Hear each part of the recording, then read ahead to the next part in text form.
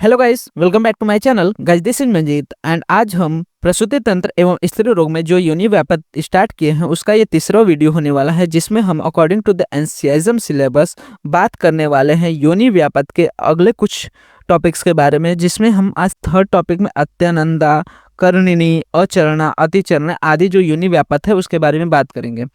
इससे पहले वाले वीडियोस में हम लोग ने योनि व्यापत के ओवरऑल इंट्रोडक्शन और कुछ 10 योनि व्यापत के बारे में ऑलरेडी बात कर लिया है।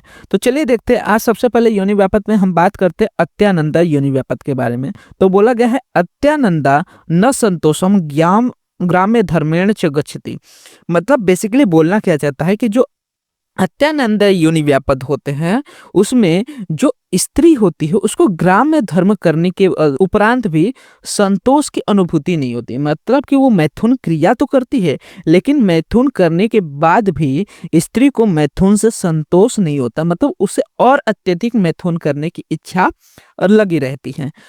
चतस्रु अपि चद्यासु श्लेष्म लिंगो क्षति भवत। मतलब क्या बोला गया है कि जो आचार्य सुश्रुत है उन्होंने जो अत्यानंदा योनि व्यापत है उसमें कफ दोष की प्रधानता मानी है, इसलिए इन्होंने बोला है कि इसमें कफ दोष के अनुरूप ही लिंग मतलब कि लक्षण देखने को मिलते हैं। तो मेन चीज हमेशा याद रखने का, अत्यानंदा का मतलब क्या है कि नाम से ही पता चल रहा है। अति मतलब क्या होता है, बहुत अधिक। आनंद, आनंद मतलब कि कोई चीज चाहिए, उसको कामना है। तो क्या बोला गया है कि ग्राम्य धर्म मतलब मैथुन क्रिया करने के बाद भी जो स्त्री है उसको संतोष नहीं होता, उसे और मैथुन कर्म करने की इच्छा होती है। इस कंडीशन को हम लोग अत्यानंदा योनि व्यापत कहते हैं। अब ये क्यों होता है बेसिकली, तो बोला गया है यहाँ पे कि कफ के कारण पैच्छिल एवं कंडू आदि भी यहाँ पे देखने को मिलते हैं। ठीक है, क्या हो रहा है कि पहले तो अत्यानंदा हो रहा है कफ दोष के कारण, और उसके बाद कफ प्रकोप के कारण कफ के जैसे बोला गया है यहाँ पे कि लक्षण देखने को मिलेंगे। तो कफ के लक्षण किस प्रकार है कि यहाँ पे वहाँ पे पैच्छिलता और कंडू भी देखने को मिलते हैं। और इस कंडीशन को आधुनिक शास्त्र में हम लोग निम्फोमेनिया से कंपेयर करते हैं, जिसमें क्या होता है कि स्त्री कितना भी प्रसंग कर ले, कितना भी कॉपुलेशन कर ले, कितना भी इंटरकोर्स कर ले, फिर भी उसकी जो संतोष अवस्था होती है, ऑर्गेज्म होता है, वो कंप्लीट नहीं होता। इस कंडीशन को हम लोग अत्यानंदा योनि व्यापत कहते हैं। दूसरा हमारा टॉपिक है दैट इज द कर्णिनी योनि व्यापत। अब कर्णिनी योनि व्यापत में अलग अलग आचार्यों के अलग अलग मत देखने को मिलते हैं। जैसे आचार्य चरक कहते हैं कि कर्णिनी योनि व्यापत में वात कफ दोष की प्रधानता होती है, वहीं पे आचार्य सुश्रुत कहते हैं कि सिर्फ कफ दोष की प्रधानता होती है, लेकिन आचार्य वाग्भट भी कह रहे हैं कि वात और कफ दोष की प्रधानता होती है। अब बेसिकली क्या बोला गया है कि इसमें कि कर्णिनी योनि व्यापत में लक्षण क्या मिलते हैं या फिर किस प्रकार से इसका निदान क्या है, तो बोला गया है कि गर्भिणी स्त्री द्वारा अकाल आदि की अनुपस्थिति में प्रवाहन करने से ये देखने को मिलता है। ठीक है, मतलब कि किसी भी समय पे ये क्या करते हैं, प्रवाहन करती रहती है। ऐसे कंडीशन में यहाँ पे हमें कर्णिनी योनि व्यापत देखने को मिलता है। इसकी संप्राप्ति किस प्रकार है, तो सबसे पहले निदान का सेवन किया, जिसके कारण गर्भ के द्वारा रुकी हुई वायु का प्रकोप हो जाता है और प्रकोपित वायु का श्लेष्मा और रक्त साथ मिलता है। मतलब कि एक बार क्या हुआ, निदान का सेवन हुआ, आदि की अनुपस्थिति में भी वो क्या करे, प्रवाहन करने की कोशिश कर रही है, जिसके कारण वायु का प्रकोप हो रहा है। इस वायु के ये जो प्रकोपित वायु हुई ये क्या कर रहा है, श्लेष्मा और रक्त के साथ मिल रहा है और योनि में कर्णिका की उत्पत्ति कर रहा है, जिसको हम लोग कर्णिनी योनि व्यापत कहते हैं। बेसिकली इसमें क्या हो रहा है, यहाँ पे क्या बोला गया है कि कर्णिन्याम कर्णिनो योनो श्लेष्म अश्रुभ्याम प्रजायते। मतलब कि कर्णिनी या कर्णिका योनि व्यापत में जो श्लेष्मा है और अश्रुग है वो दोनों क्या होते हैं, यहाँ पे प्रकोपित हो रहे हैं और इसके कारण श्लेष्म लिंग देखने को मिल रहा है। सुश्रुत ऐसा बोल रहे हैं। तो यहाँ पे क्या हो रहा है कि ये कर्णिका रजो मार्ग का अवरोध करने वाली होती है और इसे हम लोग सर्वाइकल इरोजन या फिर सर्वाइकल फाइब्रॉइड और पॉलीपॉइडल फाइब्रॉइड से कंपेयर कर सकते हैं। तो बेसिकली इसमें ज्यादा कुछ नहीं, यहाँ पे बस कर्णिनी योनि व्यापत में ये याद रखना है कि जब आवि की उपस्थिति नहीं भी होती है, मतलब कि अकाल समय में भी स्त्री क्या करती है, प्रवाहन करने की कोशिश करती है, तो ऐसे कंडीशन में वहां पे वात दोष प्रकोपित होता है। ये वात दोष कफ दोष से मिलके क्या करता है, कफ और रक्त दोष से मिलके यहाँ पे कर्णिनी योनि व्यापत की उत्पत्ति करता है। कर्णिनी योनि व्यापत का मेन लक्षण आपको क्या याद रखना है कि यहाँ पे रजो मार्ग का क्या हो जाता है, अवरोध हो जाता है और इसको हम लोग सर्वाइकल इरोजन से कंपेयर कर सकते हैं। चिकित्सा की बात करें तो ऑफ कोर्स यहाँ पे क्या बढ़ा हुआ है, कफ दोष बढ़ा हुआ है, तो हम लोग क्या करते हैं, इसमें कफनाशक चिकित्सा का प्रयोग करते हैं। कुष्ठ, पिपली, अर्काग्र को बस्त मूत्र एवं सेंधों के साथ पीसकर बस्ती वर्ती बनाकर योनि में धारण करते हैं। देखो अभी तक वर्ती का कहीं पे भी उल्लेख नहीं आया था, लेकिन अभी जो कर्णिनी योनि व्यापत है वहां पे किसका उल्लेख आ रहा है, वर्ती का उपयोग आ रहा है। वहीं पे बोला गया कि शोधन द्रव्यों से निर्मित वर्ती का उपयोग या फिर योनि में धारण करना चाहिए और जीवनी द्रव्य से साधित स्नेह से उत्तर बस्ती दे सकते हैं। अगला आता है दैट इज द अचरणा योनि व्यापक। तो अभी तक हम लोग ने अत्यंता देख लिया, उसके बाद दूसरा देख लिया हम लोगों ने, दैट इज द कर्णिनी योनि व्यापक। नेक्स्ट आता है दैट इज द अचरणा योनि व्यापक। तो देखो इसमें क्या बोला गया है कि मैथुने अचरणा पूर्वम पुरुष आदति अतिरिच्यते। मतलब क्या बोला गया है कि जो योनि के अधावन मतलब प्रक्षालन नहीं करने से कृमि उत्पन्न हो जाते। इसमें क्या होता है कि या तो योनि का प्रक्षालन नहीं कर रहे या फिर संसर्ग क्रिया नहीं कर रही है, जिसके कारण यहाँ पे क्या हो रहा है, जंतु उत्पन्न होते हुए देखने को मिलता है। इसमें भी मतलब भेद देखने को मिलता है दोषों में कि चरक बोलते हैं कि इसमें वात दोष की प्रधानता होती, वहीं पे आचार्य सुश्रु बोलते हैं कि इसमें कफ दोष की प्रधानता होती है। तो चरक ने क्या बोला गया है कि योनियम अधावनात् कंडो जाता कुर्वन्ते जंतव शाद अचरणा कंडवा तय अति नर आकांक्षिणी। मतलब क्या बोला गया है कि योनि के अधावन करने से कंडू हो जाता है और उसमें क्या होता है, कुर्वन्ते जंतव मतलब कि उसमें कृमि उत्पन्न हो जाते हैं। और क्या बोला गया है, शाद अचरणा कंडवा क्या होता है, कंडू होता है, पूरा जो वल्वार रीजन है, वजाइनल रीजन, वहां पे कंडू होता है। तो अति नर आकांक्षिणी मतलब क्या होता है, इससे अत्यधिक पुरुष की आकांक्षा स्तर स्टार्ट हो जाती है। तो अचरणा में सेम चीज क्या बोला गया है कि योनि के धावन न करने से यहाँ पे क्या होता है, कृमि उत्पन्न होते हैं। इसमें लक्षण हम लोग ने देख लिया कि क्या होगा, योनि में कंडू होगा। कंडू के कारण जो स्त्री है वो पुरुष की अधिक आकांक्षा करती है, मतलब मैथुन करने की बहुत ज्यादा अत्यधिक इच्छा हो जाती है। देखो अत्यानंदा और अति अचरणा में थोड़ा कंफ्यूजन हो सकता है, क्यों, क्योंकि यहाँ पे क्या है कि इसमें भी मैथुन क्रिया की अत्यधिक इच्छा हो रही है, उसमें भी होते हैं, लेकिन दोनों में डिफरेंस क्या है कि वहां पे मैथुन क्रिया करने के उपरांत भी वहां पे संतोष नहीं होता, लेकिन यहाँ पे सिर्फ मैथुन करने की इच्छा उत्पन्न हो रही है। और एक बार मैथुन क्रिया कर लिया तो उसके बाद थोड़ा क्या रहता है, संतोष रहता है। किसमें, हमारे अचरणा में। अब क्या बोला, स्त्री मैथुन के पूर्व एवं पुरुष से पहले ही अत्यधिक उत्तेजित हो जाती है। ठीक है, मैथुन के पूर्व एवं पुरुष को देखते ही उसमें उत्तेजनाएं उत्पन्न हो जाती है।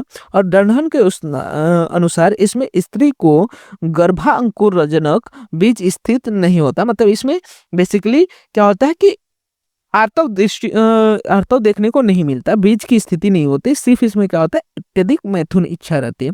इसको हम लोग बेसिकली कंपेयर कर सकते हैं विद द कॉन्स्टिट्यूशनल निम्फोमेनिया या फिर infertility due to sexual incompatibility.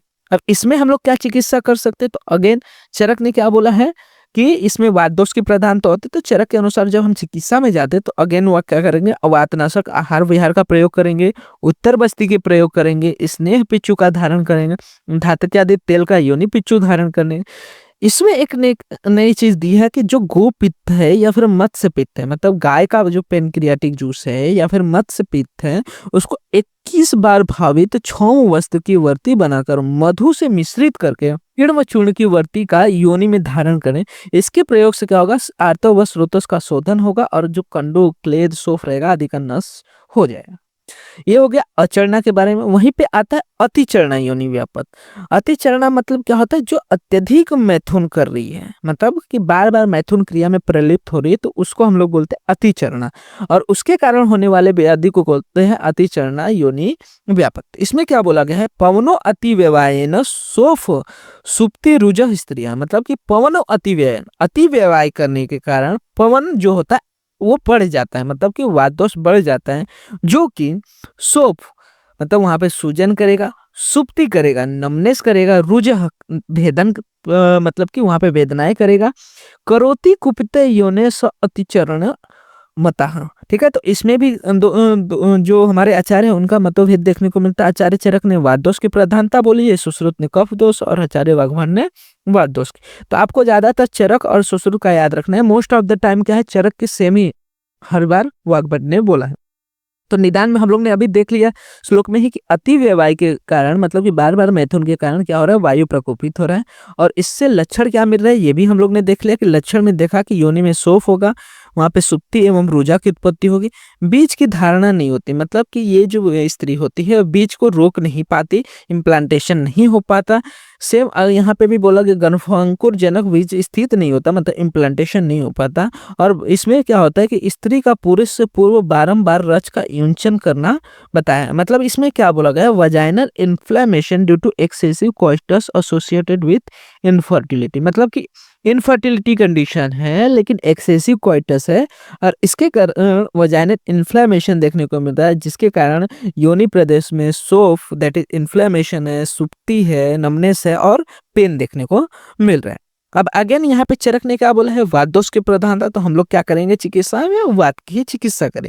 तो जिसके अनुरूप हम लोग क्या कर सकते हैं कि वातज्ञ जो तेल है सतपाक तेल से स्थापन और अनुवासन बस्ती का प्रयोग कर सकते हैं, वात नाशक द्रव्य से सेदन कर सकते हैं, वात शामक एवं स्नेह द्रव्य से आहार एवं उपनाह का प्रयोग कर सकते हैं और जीवनी वर्ग से जो सादित तेल है उससे उत्तर बस्ती दे सकते हैं। तो ये सारी चीजें हम यहाँ पे कर सकते हैं। वहीं पे नेक्स्ट आता है दैट इज द श्लेष्मिकी या फिर कफज योनि व्यापत। ऑफ कोर्स नाम से ही पता चल रहा है श्लेष्मिकी मतलब क्या होगा कि जो योनि व्यापत कफ दोष के प्रकोपित होने से हो रहा है उसको हम लोग श्लेष्मिकी या फिर कफज योनि व्यापत कहते हैं। तो बोला गया कफो अविसंधि अभिवृद्धो योनि च दुष्यते स्त्रियां, मतलब कफ की अविसंधि आदि गुणों के कारण कफ वृद्ध हो रहा है, ये योनि में जा रहा है, योनि को प्रदूषित कर रहा है।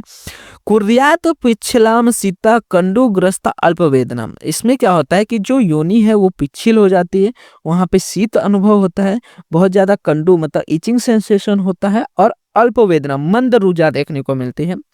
पांडु वर्णा तथा पांडु पिछिला आर्तवाहिनी, क्या बोला गया है कि पांडु वर्ण का हो जाता है या फिर पांडु पिछिल आर्तवाहिनी धमनियां यहाँ पे देखने को मिलती है। तो क्या बोला गया है निदान में मोस्ट इंपॉर्टेंट की अभिसंधि आदि कफ कारक पदार्थों के सेवन करने से कफ प्रदूषित होकर यहाँ पे श्लेष्मिकी या फिर कफज योनि व्यापत कर रहा है। इसमें लक्षण क्या मिल रहा है, तो इसमें योनि में पिक्षिलता मिल रही, योनि में कंडू मिल रहा है, शीतल योनि हो जा रही है जो कि हम लोग ने अभी यहाँ पे सब देखा, योनि में अल्प वेदना हो रही है, पांडु वर्ण की पिछल आर्तिव स्राव देखने को मिल रहा है, पांडु वर्ण की स्त्री हो जा रही है, मतलब कि सिर्फ स्राव ही पांडु वर्ण का नहीं है, पूरे शरीर का वर्ण भी कैसा हो जा रहा है, शरीर का पांडु वर्ण का हो जा रहा है। और चक्रपाणि ने इसे श्लेष्मस अश्रुदर स्वरूप योनि व्यापत माना। वैसे हम पित्तला में देखा था, पित्तला योनि व्यापत में उसको पित्तज अश्रुदर से उसने कंपेयर किया था, यहाँ पे किससे कंपेयर कर रहा है, श्लेष्मस अश्रुदर से। और जब हम इसको कंपेयर करते हैं मॉडर्न से तो इसको बेसिकली ट्राइकोमोनास वेजेनाइटिस, मतलब कि जो क्लमेडिया ट्राइकोमोना बैक्टीरियाज होते हैं उसके वजह से होने वाला इन्फेक्टिव कंडीशन यहाँ पे मान सकते हैं टू द श्लेष्मस योनि व्यापत। चिकित्सा की बात करें तो ऑफकोर्स यहाँ पे कफ बढ़ा हुआ है, तो कफ के गुणों के विरुद्ध दैट इज द रुक्ष एवं उष्ण चिकित्सा का प्रयोग करना चाहिए। इसमें बस्ती चिकित्सा देंगे क्योंकि हम लोग ने देखा है कोई भी योनि व्यापत बिना वात के नहीं हो सकता, तो बस्ती तो दे रहे हैं लेकिन कफ के साथ अनुबंध होने के कारण हम लोग कटु प्रधान द्रव्यों में को गोमूत्र में मिलाकर इसमें बस्ती देंगे। वहीं पे कल्क का धारण कर सकते हैं, जैसे तीव्रत कल्क हो गया उसका धारण कर सकते हैं, वर्ती कर का उपयोग कर सकते हैं, वराह पित्त से भावित वस्त्र में संशोधित वर्ती का यूज कर सकते हैं, यव चूर्ण मांस चूर्ण असंदव अर्कद्रुक से भावित वर्णी का निर्माण कर 4 से बार बार उसका क्या कर धारण करके उसके पश्चात सुख उष्ण जल से परिशेषण करके उसका उपयोग कर सकते हैं। पिपली मरीच आदि से निर्मित प्रदेश ने अंगुली सदृश वर्ती का धारण योनि प्रदेश में कर सकते हैं, या फिर कफज योनि रोगों में तेल सिद्धू यवान पथ्यारिष्ट आदि का प्रयोग यहाँ पे हम लोग कर सकते हैं। तो ये सारी चीजें हमें देखने को मिलते हैं विद इन द कफज योनि व्यापत। वहीं पे नेक्स्ट चीज आता है दैट इज द संधि योनि व्यापत। हम लोग ने जब इंट्रोडक्शन ने पार्ट देख रहे थे तो वहां पे हम लोग ने देखा था कि जो संधि योनि व्यापत है इसको क्या बोला गया है, असाध्य बोला गया है बाय द चरक।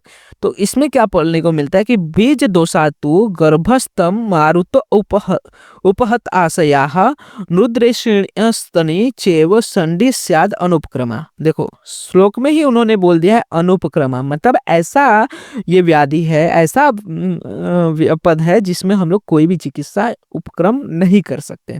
तो क्या बोला गया है यहाँ पे, जब इसमें दोष की बात करते हैं, दोष में जो चरक है उन्होंने वात दोष प्रधानता मानी है, सुश्रुत ने सन्निपातज दोष माना है और वाग्भट ने भी वात दोष की प्रधानता यहाँ पे मानी। इसमें क्या होता है कि जैसा हम लोग ने देखा कि बीज दोषास्तु मतलब कि बीज दोष के कारण गर्भस्थ बालिका का आशय उसके शरीर की प्रकोपित वायु के द्वारा विकृत हो जाता है।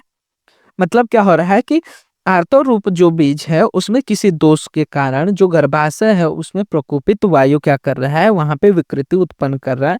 मतलब कि वहां के बीज को ही वो क्या कर दे रहा है, खराब कर दे रहा है, बीज में ही दोष उत्पन्न कर दे रहा है, जिसके कारण यहाँ पे संधि योनि व्यापत अवस्था देखने को मिल सकती है। मतलब क्या कि अगर पुरुष से द्वेष करने वाली स्त्री या मैथुन में खर स्पर्श वाली स्त्री या फिर स्तन रहित स्त्री या फिर वायु से रोग शतौद पित्त से ओस एवं कफ से स्निग्धा एवं कंडू की उत्पत्ति चिकित्सा करने के अयोग्य अथवा असाध्य, मतलब लक्षण में बेसिकली क्या बोला गया है कि ऐसी स्त्री के साथ मैथुन कर रहे हैं जिसमें जो कि खर स्पर्श वाली हो, पुरुष से द्वेष कर रही हो, जिसके स्तन न हो, स्तन रहित हो, तो ऐसी स्त्री जो होती है संधि होती है। इसमें क्या होता है कि ये किसी भी प्रकार से पुत्र को जन्म नहीं दे सकती। ये क्या है, चिकित्सा करने में भी अयोग्य या फिर असाध्य माना गया है। इसको हम लोग बेसिकली कंपेयर करते हैं with the congenital obsess of gonadotropic hormone और द क्रोमोसोमल एबनॉर्मलिटी। इसमें जेनेटिक कॉजेस भी हो सकते हैं या फिर हार्मोनल कॉजेस। हार्मोनल कॉजेस में क्या होता है कि जो गोनेडोट्रोपिक हार्मोन होते हैं वो अब्सेंट होते हैं, जिसके कारण उसके जो सेकेंडरी सेक्सुअल कैरेक्टरिस्टिक्स होते हैं वो बिल्कुल भी डेवलप नहीं होते, जिसके कारण उसमें क्या होता है, खर स्पर्शता रहती है, पुरुष से द्वेष रहता है, मतलब उसमें जो काम भावना रहती है वो उतनी अच्छे से नहीं रहती और जो मेमोरी ग्लैंड्स रहते हैं वो भी डेवलप्ड नहीं रहते। तो ये सारी चीजें देखने को मिलते हैं विद इन द संधि योनि व्यापत। तो यहाँ तक हम लोग ने देख लिया बेसिकली अबाउट द डिफरेंट योनि व्यापत के बारे में। अगले वीडियो में हम और कुछ योनि व्यापत के बारे में बात करेंगे। तो यहाँ तक आपको जो भी चीजें मैंने पढ़ा होप क्लियर हो गई होंगी। इसके रिलेटेड कोई भी डाउट रहता है आप कमेंट सेक्शन में लिख सकते हैं, मैं ट्राई करूंगा कि फर्दर वीडियोस में उसको और अच्छे से समझा को। साथ ही साथ वीडियो अच्छा लगा तो वीडियो को लाइक एंड शेयर करना मत भूलिएगा, जिससे ज़्यादा से ज़्यादा लोग वीडियो का फायदा ले सकें। एंड इसी तरह के और भी फर्दर वीडियोस इस चैनल पर अपलोड होते रहेंगे, तो चैनल को सब्सक्राइब जरूर कर लीजिएगा, जिससे आपको वीडियो के नोटिफिकेशन मिलते रहें। और आप हमारे इंस्टाग्राम एंड टेलीग्राम हैंडल को भी फॉलो कर सकते हैं, जहाँ पे आपको वीडियोस रिलेटेड, नोट्स रिलेटेड, साथ ही साथ बीएमएस रिलेटेड जो भी अपडेट्स रहते हैं प्रोवाइड हो जाते हैं, जिसका लिंक आपको वीडियो के डिस्क्रिप्शन में अवेल हो जाएगा।